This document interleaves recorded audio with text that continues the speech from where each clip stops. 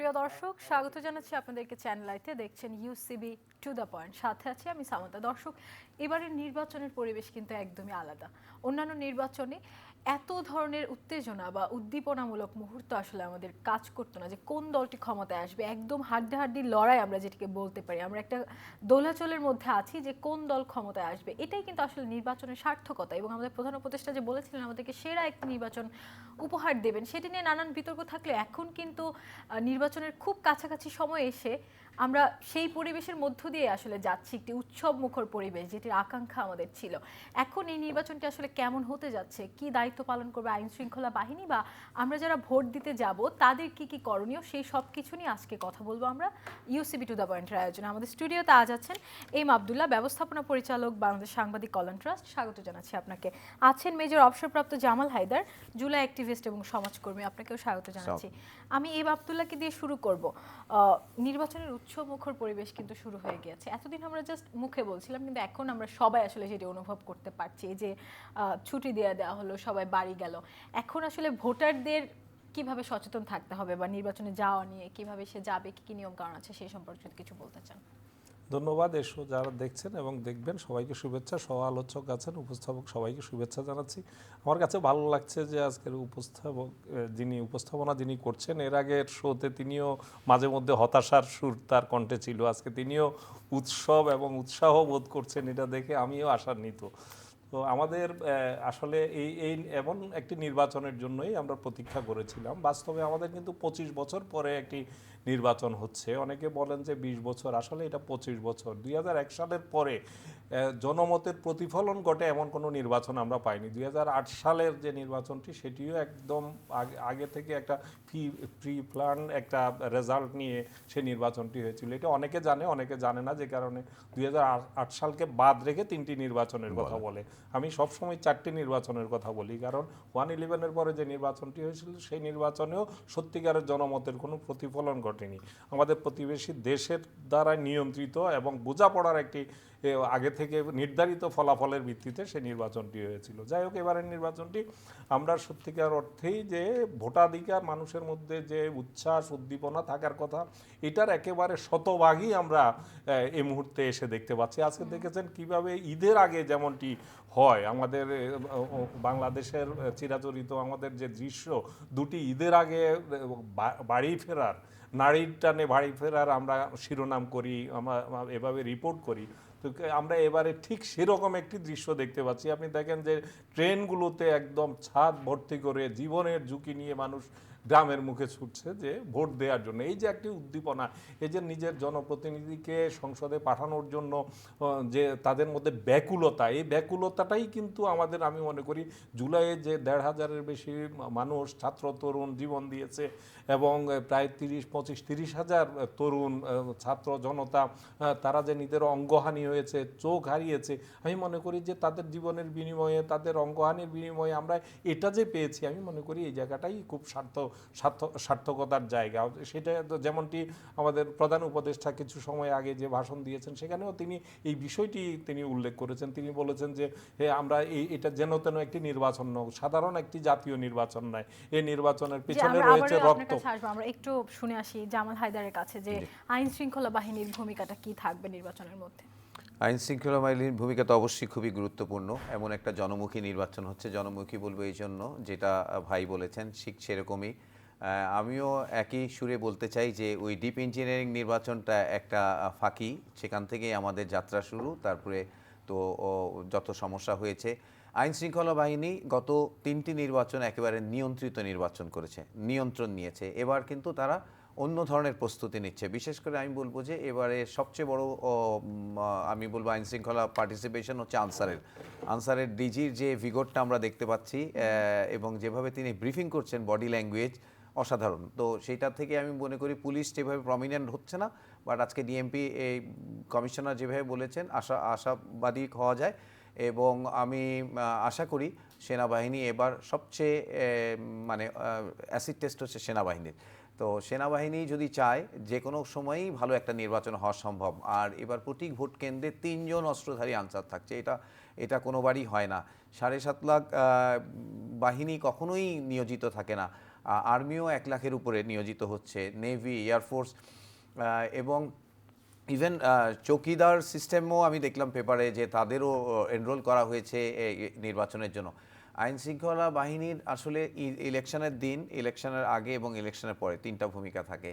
তো ইলেকশনের আগে ভূমিকাটা খুবই ক্রুশিয়াল, তারা অলরেডি মাঠে আছে। যারা মাঠে ডমিনেট করছে, ছোটোখাটো ঘটনা ছাড়া এখন পর্যন্ত আমরা ভালো দেখছি, মানে ওইভাবে অভিযোগ আসলে কাউকে কোনো জায়গাতে আমি দেখি নাই। বাট অফ দি লাইন হয়তো কারো অভিযোগ থাকতেই পারে। আইন শৃঙ্খলা বাহিনীর ভূমিকাও কেমন এটা বললে আসলে যদি বলি, সেনাবাহিনী, আমরা চাকরি করেছি, সেনাবাহিনী চাইলে যে কোনো জায়গাতে কিন্তু ইলেকশনটা ডাইরেক্টলি ভোটে না হোক, প্রভাবে করা সম্ভব হয় একদম মাঠ পর্যায়ের। তো আমি লক্ষ্য করছি যে যেটা কনসার্ন বেশি, যে বাইরে থেকে কিছু উস্কানিদাতা আছে, ভাড়াটে উস্কানিদাতা, তারা এগুলা করছেন যে এবার জুনিয়র অফিসাররা মানবে কি মানবে না টাইপের, তারা কিন্তু প্রভোকেটিং কথাবার্তা বলছে, সেগুলো জাতির জন্য খুবই ক্ষতিকর। এবং আমি মনে করি যে বাংলাদেশ সেনাবাহিনীর প্রতিটি সদস্যর এক ধরনের শুদ্ধি, বা আমি বলবো যে এক ধরনের বোঝ এসে গেছে যে না, তারা হচ্ছে একটা আত্মশুদ্ধি হয়েছে। না, আত্মশুদ্ধি ওইভাবে বলবো না, বাট তাদের নিজেদের মধ্যে এক ধরনের আকাঙ্ক্ষা জন্ম নিয়েছে যে না, আমরা সিদ্ধান্ত করে দিব জনগণ কাকে প্রতিনিধি নির্বাচন করবে, তারপর তাকে আমি সম্মান জানাবো। This is a very simple equation. তো সেটার উপর ভিত্তি করেই আইন শৃঙ্খলা বাহিনীর সবচেয়ে বড় রোল হচ্ছে সেনাবাহিনীর, আর হচ্ছে প্রশাসনের একটা ভূমিকা আছে। প্রশাসনের ভূমিকা আমরা ইতিপূর্বে দেখেছি যে না, প্রশাসন চাইলে অনেক কিছু করার একটা মানে পায়তারা করতে পারে।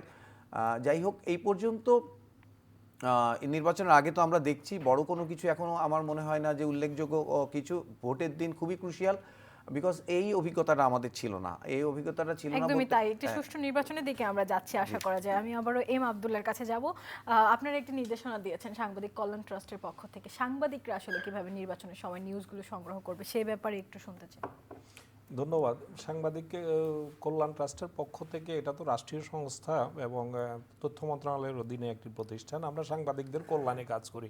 যে কারণে এই নির্বাচনটা একটা বিরাট যজ্ঞ। এই নির্বাচনের সাথে প্রায় আমার যতটুকু ধারণা পাচ্ছি যে প্রায় 20,000-এর মতো সংবাদকর্মী কাজ করবেন বিভিন্নভাবে।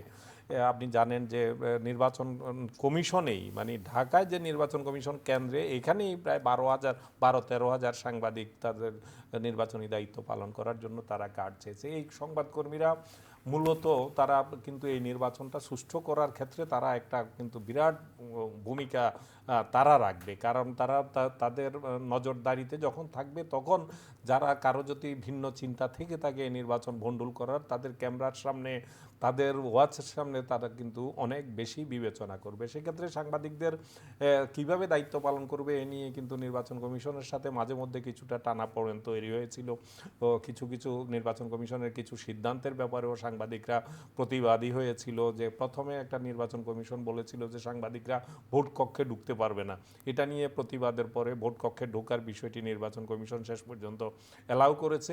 এরপরে আসলো মোবাইল নিয়ে ঢোকা, এটা নিয়েও বাদ প্রতিবাদের পরে শেষ পর্যন্ত নির্বাচন কমিশন মোবাইল নিয়ে, কারণ মোবাইলটি এখন আর মোবাইলের জায়গায় নেই, শুধু এটা ফোন হিসাবে ব্যবহারের জায়গা না, কারণ এখন আপনাদের এই টেলিভিশনের স্টেশন পর্যন্ত এখন মোবাইল থেকে লাইভ সম্প্রচারের সেই প্রযুক্তি আমাদের হাতে এসেছে। অনেকে দাবি জানিয়েছিল, এরপর কি হলো? না, সেটা প্রত্যাহার হয়েছে, এটা এই নিষেধাজ্ঞাটা প্রত্যাহার হয়েছে। এখন মোবাইল ব্যবহার করতে পারবে, সাংবাদিকরাও ব্যবহার করতে পারবে, ভোটাররাও মোবাইল সাথে রাখতে পারবে। নির্বাচন কমিশন সচিব আজকে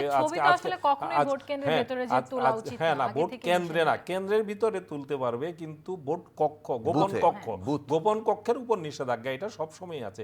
সাংবাদিকদের ব্যাপারে যে নীতিমালাটি জারি করা হয়েছে নির্বাচন কমিশন থেকে, বলা হয়েছে যে সংবাদকর্মীরা প্রিজাইডিং অফিসারের অনুমতি সাপেক্ষে তাকে অবহিত করে ভোট কেন্দ্রে ঢুকতে পারবেন, ভোট কক্ষেও ঢুকতে পারবেন। কেন্দ্রে তো কেন্দ্র মানে হচ্ছে যে পুরা ধরেন অনেকগুলো ভোট কক্ষ নিয়ে যে কেন্দ্র হয়, সেখানে কেন্দ্রের আঙ্গিনায় ঢুকতে পারবেন, কেন্দ্রের ভিতরে ঢুকতে পারবেন।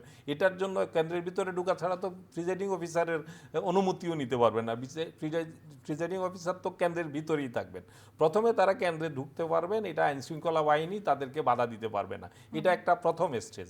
সেকেন্ড স্টেজ হচ্ছে তারা ভোট কক্ষে যাবেন। ভোট কক্ষে যাওয়ার জন্য প্রিজাইডিং অফিসারের কনসার্ন লাগবে, তার অনুমোদন লাগবে, তাকে জানিয়ে যেতে হবে যে আমি ভোট কক্ষটা দেখতে এসেছি, পরিচয় দিয়ে ভোট কক্ষে যেতে পারবেন।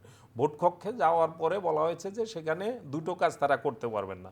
প্রথম কাজ হচ্ছে যে তারা সেখানে ভোট কক্ষে যে কর্মকর্তা আছে তাদের সাক্ষাৎকার নিতে পারবেন না, লাইভ করতে পারবেন না, ছবি নিতে পারবেন, সেখানে 10 মিনিট সেখানে তারা অবস্থান করতে পারবেন, পর্যবেক্ষণ করতে পারবেন, তারা দেখবেন সেখানে কিভাবে ভোটটা হচ্ছে, নোট নেবেন যে কতগুলো ভোটাররা কিভাবে আসছে, সেখানে কোনো ধরনের অনিয়ম হচ্ছে কিনা, সেখানে যে কালিটা দেওয়ার কথা সেভাবে ঠিকঠাক মতো দিচ্ছে কিনা, এই বিষয়গুলো তারা পর্যবেক্ষণ করে তারা যেভাবে সাংবাদিকতা নীতিমালা অনুযায়ী তারা এইটুকু তারা করতে পারবেন। এই ক্ষেত্রে কোনো বাধা নাই।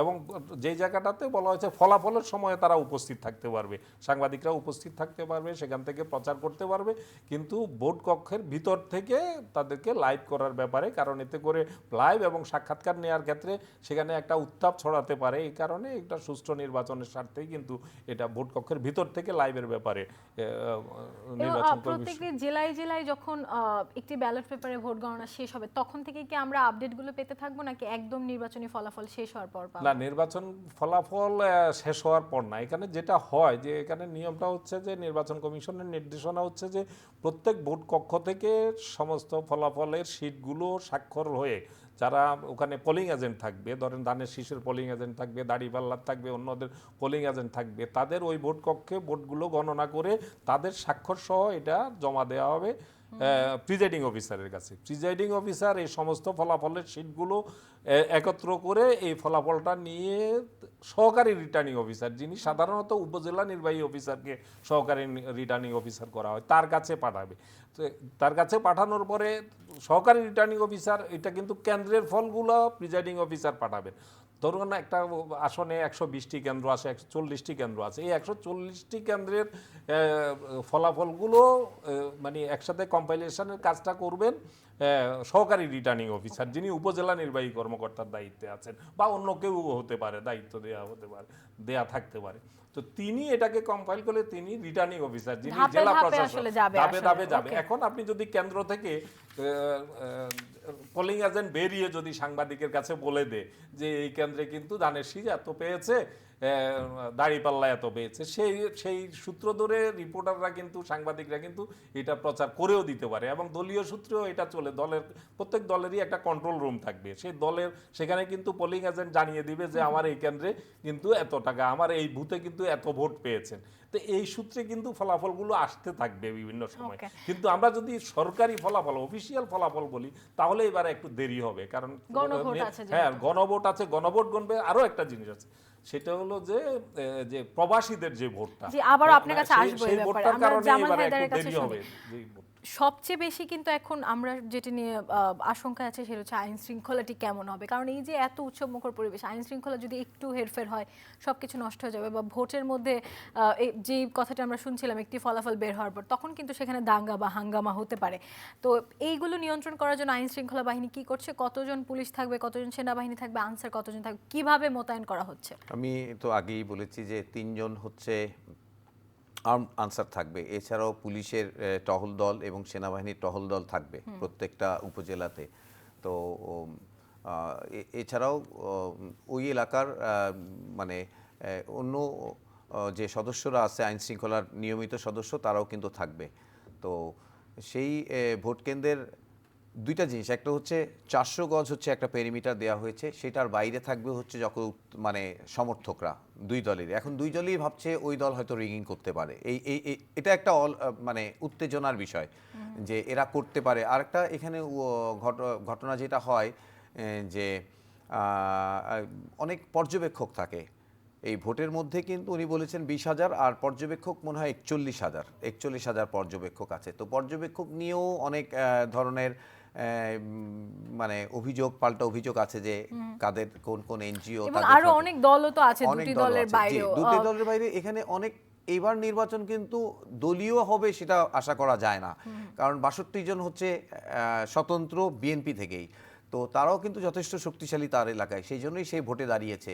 এছাড়াও আমি যদি বলি যে শ্রীলঙ্কার মডেলটা যেটা হয়েছিল এই তাদের অভ্যুত্থানের পরে, কিন্তু 222টা সিটের মধ্যে 148টা নতুন মুখ এসেছিল।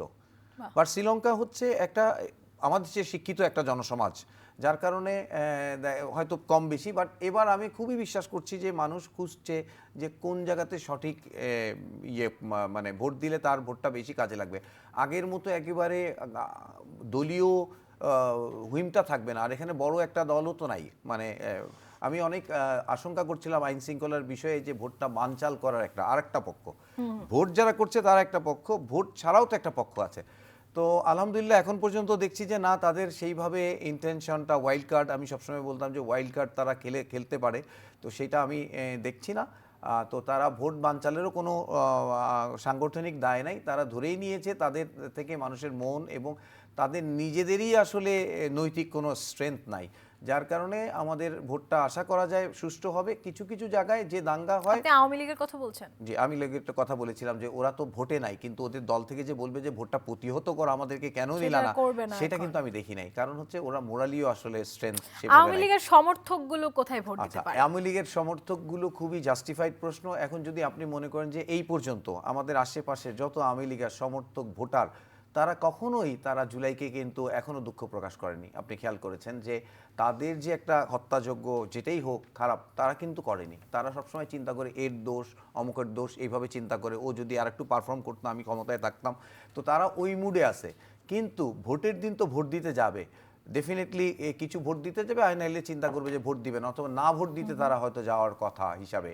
বাট প্রান্তিক পর্যায়ে ভোট একটা উৎসব। ডেফিনেটলি ওরাও দেখেছে যে ওদের নেতা নেতৃত্ব পালিয়ে গেছে এবং তারা তাদের খোঁজ নিচ্ছে না, মাঝে মাঝে হাকডাক দিচ্ছে, তাতে কোনো কাজও হচ্ছে না, কারণ বাংলাদেশের মানুষ আর ওই জায়গায় ফিরবে না কখনোই আমার মনে হয়। বাট তাদের যে সমর্থকরা আছে তারা এক ধরনের আমি বলবো যে তারা একটা সিদ্ধান্তে যাচ্ছে। আমরা কিন্তু আপনাদের সাথে আছি চ্যানেলের সকল ডিজিটাল প্ল্যাটফর্মে, চ্যানেলের ইউটিউব, ফেসবুক সহ সব জায়গায় আপনারা আমাদের সাথে যুক্ত হতে পারেন। ওকে, আমি যেটা ভাবি যে ওদের নিশ্চয়ই এতদিনের রিভাইভ হয়েছে। আমরা কাদের দল করছিলাম, কারা আমাদের নেতা ছিল, তাদেরই তো মোরালি কোনো শক্তি নাই, যার কারণে তারা নিশ্চয়ই এবার সিদ্ধান্ত নেবে এবং সেটা তারা অনেক বেশি আসলে স্বতন্ত্রের দিকে ঝুঁকবে বলে একটা ওয়াইল্ড বোঝা যায়।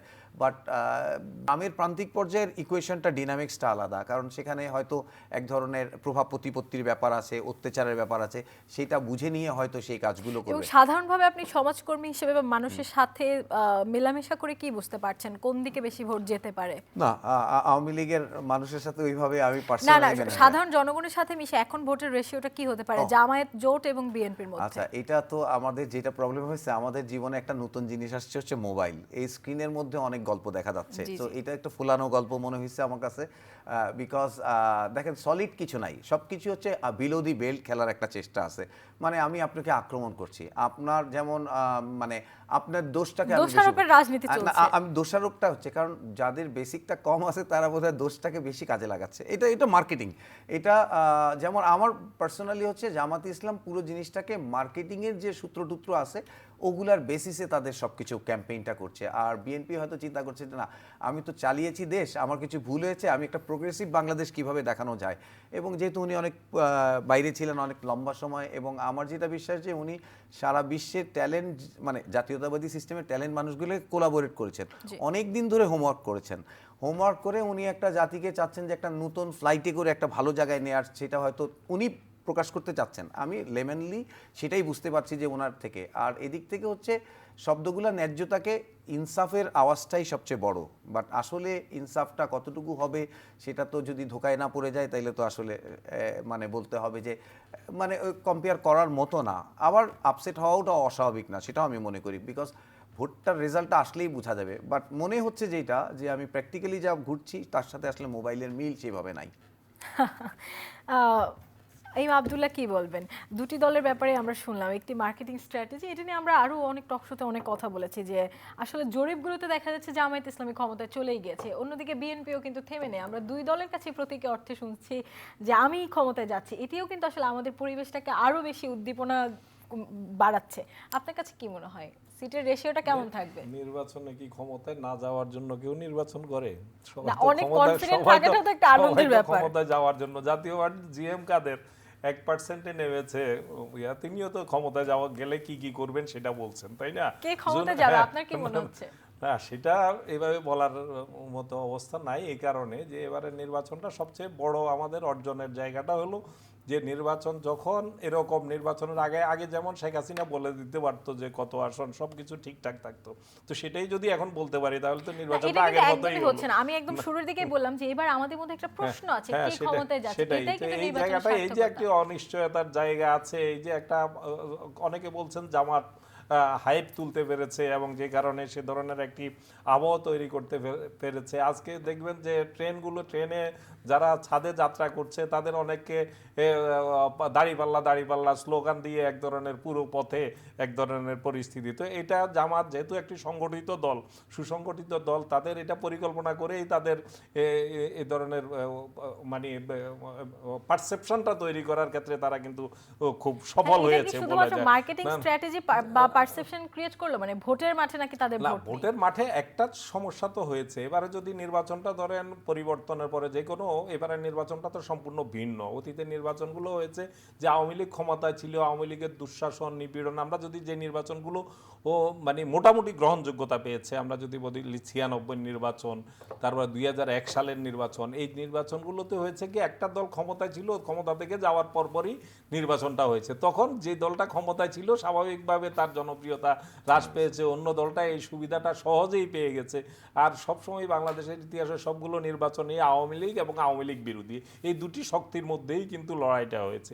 আওয়ামী লীগ বিরোধীরা, আওয়ামী লীগের উপর অতিষ্ঠ জনগণ আওয়ামী লীগ বিরোধীদের এমনি ভোট দিয়ে দিয়েছে যে আওয়ামী লীগ ঠেকাও, এই সূত্রেই ভোট দিয়ে দিয়েছে। এবারের প্রেক্ষাপটটা সম্পূর্ণ ভিন্ন। এবারে প্রতিদ্বন্দ্বিতা করছে কাছাকাছি আদর্শের লোকজন। বাংলাদেশ জাতীয়তাবাদী দল, জাতীয়তাবাদী আদর্শ, শহীদ রাষ্ট্রপতি জিয়াউর রহমানের যে কালজয়ী আদর্শ, আমি বলবো যে এই যাবৎকালের শহীদ রাষ্ট্রপতি জিয়াউর রহমানের আদর্শের যে বাংলাদেশের রাজনীতি, এটাই এ পর্যন্ত সবচেয়ে গ্রহণযোগ্য রাজনীতি হিসেবে সাধারণের কাছে গ্রহণযোগ্য হয়েছে। অন্যদিকে জামাতের যে রাজনীতিটা, জামাত তো ইসলামপন্থী রাজনীতি করেছে, সেখান থেকে এখন মডারেট ইসলামী এবং উদারপন্থী ইসলামী দল হিসেবে তারা নিজেদেরকে মানুষের সামনে তুলে ধরতে পেরেছে। এবারে তারা যে স্ট্র্যাটেজিটা নিয়েছে, তারা দেখবেন যে তাদের জোটের মধ্যে একেবারে তাদের দলীয় হিন্দু প্রার্থী পর্যন্ত দিয়েছে, যেখানে দলের নামের মধ্যে নাম হচ্ছে যে ইসলাম আছে। তো এই জায়গাগুলো, এই স্ট্র্যাটেজিগুলো অনেকখানি তাদেরকে এগিয়ে দেওয়ার ক্ষেত্রে কাজ করেছে। অনেকে বলছে যে জামাতকে তুচ্ছতাচ্ছিল্য করে যারা বলছেন সেটা যেমন ঠিক না, আবার জামাত একেবারে ক্ষমতায় নিশ্চিতভাবে ভূমিধস জয় নিয়ে ক্ষমতায়, বিজয় নিয়ে ক্ষমতায় চলে যাচ্ছে, এটাও আমি মনে করি বাড়াবাড়ি। এটা এই সত্যটা স্বীকার করতে হবে। ইলেকশন ইঞ্জিনিয়ারিং বলে কিছু এই দেশে হবে না, এই ইলেকশনে অন্তত হবে না। এই কারণে ইলেকশন ইঞ্জিনিয়ারিং করতে হলে রাষ্ট্রকে ইনভলভ হতে হয়, সরকারকে ইনভলভ হতে হয় ইঞ্জিনিয়ারিং এর জন্য। সরকার যদি ইনভলভ না হয়, সরকারের যে টুলস গুলো আছে এগুলো যদি ইনভলভ না হয়, আমরা কিভাবে বুঝবো হচ্ছে কিনা? না, এটা বুঝতে হবে। এই কারণে আপনি ডক্টর ইউনূস এটার নেতৃত্বে আছেন, তিনি ইতিহাস ছাড়া একটি নির্বাচন চান। তো তিনি যদি ইতিহাস ছাড়া নির্বাচন চান, তাহলে তার যে ইনস্ট্রুমেন্টগুলো আছে প্রশাসনিক, এগুলোর কাছে উনি কড়া বার্তা বারবার দিয়ে গেছেন। তিনি আজকেও যে জাতির উদ্দেশ্যে ভাষণ দিয়েছেন, সেখানে অত্যন্ত কড়াভাবে বলেছেন যে এই নির্বাচনটাকে আমাদের শুধু সাধারণ নির্বাচন ভাবলে হবে না, এই নির্বাচনের মধ্য দিয়ে এই জাতির কাছে যে জুলাই অভ্যুত্থানের এই ঋণ আমাদের শোধ করতে হবে। এই জায়গাগুলো আছে, এটা চাইলেই এখানে ম্যানিপুলেট করা অত সহজ হবে না। এবারে প্রশাসনের যাদেরকে দায়িত্ব দেওয়া হয়েছে, রিটার্নিং অফিসারগুলোকে আওয়ামী লীগের 3টি ইলেকশনে কি করা হয়েছে, সেখানে একেবারে রেজাল্ট তাদের কাছে পাঠিয়ে দেওয়া হতো, এসটি ইমামরা রেজাল্ট তৈরি করে পাঠিয়ে দিতেন। কোথায় কাকে দিতে হবে? কিন্তু বাংলাদেশের সাংবাদিকের সাথে বিদেশি সাংবাদিকও দেখতে পাচ্ছি, আবার আগেও ছিল, কিন্তু এবার আরো বেশি আমরা দেখতে পাচ্ছি। তবে একটি বড় দলকে বাইরে রেখে, এটা নিয়ে তো অনেক কথা আমরা আগেও বলেছি যে আওয়ামী লীগকে বাইরে রেখে আসলে নির্বাচনটা গণতান্ত্রিক হবে কিনা, যে গণতান্ত্রিক নির্বাচনের কথা আমরা বলছি, এবং বিদেশি অনেক সংস্থা তো সেটা নিয়ে প্রশ্ন তুলেছে, হয়তো নির্বাচনের পরেও তুলবে। এর মধ্যে আবার এতদিন ধরে শঙ্কা ছিল যে নির্বাচনটি হবে কিনা, সেই শঙ্কা আমাদের দূর হয়েছে। কিন্তু ইঞ্জিনিয়ারিং নিয়ে আমরা প্রচুর কথা শুনছি, বলছি ইঞ্জিনিয়ারিং আশঙ্কাটাও দূর হয়ে যাবে। আপনি দেখেছেন যে নির্বাচনের তফসিল ঘোষণার পরও আপনার এখানে বসেও অনেকে নির্বাচন হবে না এরকম আশঙ্কা ব্যক্ত করেছেন। আমি সেটার এখানেই প্রতিবাদ করে গেছি যে এই নির্বাচন হবে। একদিন বাকি আছে, একদিন বাকি আছে, তাও আপনার শঙ্কা আছে যে নির্বাচন হবে কি? না, আমার কোনো শঙ্কা নেই, জনগণের শঙ্কা থাকতে পারে। জনগণের কারো এখন শঙ্কা নেই, সবাই নির্বাচনের জন্য ব্যালটের সামনে যাওয়ার জন্য উদ্গ্রীব হয়ে আছে। একদম ধরুন জামায়াতে ইসলামী ক্ষমতায় গেল বা জয়লাভ করলো, তারপর বিএনপি বলে যদি যে ইলেকশন ইঞ্জিনিয়ারিং হয়েছিল, বা বিএনপি ক্ষমতায় গেল, বিএনপির নেতৃত্ব কিন্তু অলরেডি বলে দিয়েছে যে তারা যেই ফলাফলই হোক তারা মেনে নিবে। জামাতের পক্ষ থেকে অবশ্য আমি সে ধরনের বক্তব্য এখন দেখি না। দুই পক্ষ থেকে এরকম আসা উচিত ছিল, আমি মনে করি যে দুই পক্ষই যদি বলতো যে যাই ফলাফল হয় আমরা মেনে নেব এবং নির্বাচনটা সুষ্ঠু হলো কিনা সেটাই দেখবে। নির্বাচন আগে তো এরকম সবাই বলে, নির্বাচন হওয়ার পরে দেখা যাবে কি হচ্ছে। না সেটা তো হতে পারে। এখন নির্বাচন, এবারের নির্বাচনের ক্ষেত্রে আরেকটা দিক আছে। এবারের নির্বাচনের আইন হচ্ছে যদি একটি কেন্দ্র ভণ্ডুল হয়ে যায়, পুরো আসন মানে বাতিল করে দেওয়ার ক্ষমতা নির্বাচন কমিশনকে দেয়া আছে। সুতরাং প্রার্থীরাও ভাববেন যে নির্বাচনটা আমাদের সংঘাতের কারণে যদি এই একটা কেন্দ্র বন্ধ হয়ে যায়, যদি পুরো আসনটাই স্থগিত হয়ে যায়, তাহলে তো আমি আর এমপি হতে পারলাম না। এই জন্য আমি মনে করি কিছুটা সংযত থাকবে আর কি এবারে এই নতুন আইনের কারণ। ওকে, মেজর অবসরপ্রাপ্ত জামাল হায়দার, আমেরিকা বা ইন্ডিয়ার কথা যদি আমরা বলি, সবচেয়ে বেশি আমরা বলি যে তাদেরকে দ্বারা আমরা প্রভাবিত হচ্ছি। কেউ কেউ বলে ভারতের দ্বারা, কেউ কেউ বলে আমেরিকার দ্বারা। তারা আসলে এই নির্বাচনটাকে নিয়ে কিভাবে ভাবছে বা কি বলছে? আর হচ্ছে সশস্ত্র বাহিনীর ব্যাপার তো আপনি বলেছেনই, আসলে সবসময় ওরা চাইলে একটি ভালো নির্বাচন, ওদের এখন চাওয়াটা কি এবং মনস্তাত্ত্বিক অবস্থাটা কি? সেনাপ্রধান খুব স্পষ্ট করে বলেছেন এবার নির্বাচনে। আমিও ল্যাটারালি যতটুকু জানতে পারি, সেটাও তাদের কমান্ড চ্যানেলে যে বার্তা দেওয়া হয়েছে অত্যন্ত কঠোর বার্তা, অত্যন্ত কঠোর বার্তা দেওয়া হয়েছে যে না, আর আমরা তো সেনাপ্রধান, যিনি সেনাপ্রধান তার উপর আস্থা রাখা যায় হচ্ছে নৈতিকতার বিচারে উনি, আমি পার্সোনালি চিনি আর কি, তো সেইভাবে উনি সত্যিকার অর্থে সততার সাথে নির্বাচন করবেন, কারণ এটা ওনার জন্য একটা অ্যাসিড টেস্ট। কারণ উনি অনেক কার্যক্রম হয়তো আগের গভর্নমেন্টের সাথে বা সেই সময় তাদের অপরাধ কর্মের ওনারশিপ উনি হয়তো ওনার কিছু কাজে এসছে যে উনি চাইলে এগুলো হয়তো না করলেও পারতেন, বাট এটা হচ্ছে একটা লাস্ট গুড কল ওনার জন্য। সো উনি সেটা কিন্তু ডেলিভার করেছেন, সেটা আমরা পত্রপত্রিকার মাধ্যমেও জেনেছি, লেটারালিও জানার সুযোগ হয়েছে। সো সেনাবাহিনী খুবই প্লে করবে। শুধুমাত্র আমি একটা শঙ্কার কথা বলেছিলাম যে বাইরে থেকে কিছু উস্কানিদাতা আছে, আমাদের জাতীয় উস্কানিদাতা, তো তাদের কিছু কাস্টমার ভুলে ভালে আছে, তো তাদের কারণে হয়তো কোনো কোনো জায়গায় প্রভাব করার চিন্তা করে। এখানে তো আর আসলে ভোট কাটার প্রভাব হয় না, হয় যে অমুক দলের একটা মানুষকে যদি 2 দিন আগে ধরপাকড় করা হয়, সেটা ভালো একটা প্রভাব পড়ে, সেটা আমরা যখন চাকরি করেছি দেখেছি। সো সেনাবাহিনীর তরফ থেকে নাই। আর আপনি ইন্ডিয়া বা আমেরিকার কথা বলছেন, এগুলো তো বাজারে একটা ক্লাইম্যাক্স এবং এগুলো নিয়ে আমরা অনেক চর্চা করি, সেটা ঠিক আছে, কিন্তু আমরা আমাদের দেশ, সরকার, জনগণ এবং বিশেষ করে 2টা পার্টি, আমি কিন্তু জুলাইকে ডিফাইন করি ডিফারেন্টলি। এটা হচ্ছে সার্বভৌমত্বের বিপক্ষের যে পার্টি সে পলায়ন করেছিল এবং সার্বভৌমত্বের পক্ষের মানুষদের জয় হয়েছিল। এখন আমাদেরও জন্য এটা অ্যাসিড পরীক্ষা যে আমরা নিজেদের মধ্যে মারামারি করতে গিয়ে বা মানে নিজেদের পরিবেশটা কলুষিত করতে গিয়ে সেই সার্বভৌমত্বের বিপক্ষের শক্তি উকিয়ে দিতে পারে কিনা। এটা খুবই প্রাসঙ্গিক এই জন্য যে আমরা প্রায়ই দেখি, বিশেষ করে যারা জুলাইয়ের মুখ যাদেরকে আমরা দেখতাম, বা আমিও অনেক দিন রাস্তায় ছিলাম, মানে জুলাই নিয়ে প্রায় 1-1.5 বছর জুলাইয়ের পরেও আমি রাস্তায় ছিলাম, কিন্তু তাদের ভাষা এবং আমি বলবো এই চর্চাটা খুব খুব আমাকে আহত করছে ব্যাপকভাবে। ছোট ছোট এরা কোনো ধরনের শালীনতা নাই এবং আমি বলবো যে এদেরকে এখন আর আপনার কৃতকর্মই কিন্তু আপনাকে উজ্জ্বল করবে। সো আপনি জুলাই ছিলেন ভালো কথা, এরকম তো অনেক মুক্তিযোদ্ধারাও অকাজ করেছে, তো তাদেরকে কিন্তু জাতি ওইভাবে সম্মান দেয় না আর তারা আস্থা করে চলে গেছে। সেম ওয়েতে ওনারা যেটা করছেন যে কোনো একটা জায়গায় হচ্ছে বড় দলের বড় নেতাকে তারা আজে বাজে কথা বলছে, এটা আমি আসলে এটা একদম জঙ্গলিপানা। আগে আওয়ামীরা বা সার্বভৌমত্ব বিরোধীরা তাদেরকে বলতে হচ্ছে জঙ্গি, তা আমি দেখলাম যে তারা জঙ্গি না এখন জঙ্গলিপানা করছে, তো সেটা আসলে কোনো আদর্শ হতে পারে না। ইঞ্জিনিয়ারিং নিয়ে কি বলবেন? আচ্ছা, ইলেকশন ইঞ্জিনিয়ারিংটা অনেকভাবেই হয় এবং ইলেকশন ইঞ্জিনিয়ারিং হওয়ার আশঙ্কা অনেক বেশি, বিকজ সিল ব্যালট পেপার পাওয়া গেছে, যায় তো নাই, কিন্তু এটা একটা মানুষকে ভয় ধরাচ্ছে ব্যাপকভাবে। তো ভয় ধরাচ্ছে হচ্ছে তাহলে মানে ওই যে বাবল আপ হওয়ার যে বিষয়, এটার সাথে ওইটা মিল আছে কি না সেটা মানুষ চিন্তা করছে। যে একটা জায়গায় ফাঁফা মনে হচ্ছে না, যে মানে আমার তো আশেপাশে আগের ভোট ছিল এত, এটা নাইলে বেড়ে 3 গুণ হবে, কিন্তু তাই বলে কি 4 গুণ 5 গুণ হয়ে যাবে? তো সেই জায়গাটাতে ওইটার কানেকশনটার জন্য এখন অনেক একটা মৌলিক প্রশ্ন আছে যে মনে করেন যে জামাতে ইসলামী নাম হচ্ছে ইসলাম, আসলে ইসলাম কার্যকরের বিষয়ে, ইসলামকে প্রয়োগের স্পষ্ট বিষয়ে, বার্তাটি দেয়নি। প্রয়োগের বিষয়ে তাদের আসলে ব্যক্তি অবস্থান কি। এখন কি এরকম হবে যে মনে করেন ক্ষমতার রাজনীতি, রাজনীতিটা তো ক্ষমতার, আসলে সিংহাসন দখলের রাজনীতিটাই হচ্ছে ক্ষমতা। তো সেই জায়গাটাতে যদি কিছু মাত্র মনে করেন যে ভোট রিগিং করে করতে হয়, সেটা কি আসলে ইসলামের মানে পরিপন্থী কিনা। আমি সবসময় চিন্তা করি যে কিন্তু কনফ্লিক্ট হতেই পারে কোনো এক জায়গায়।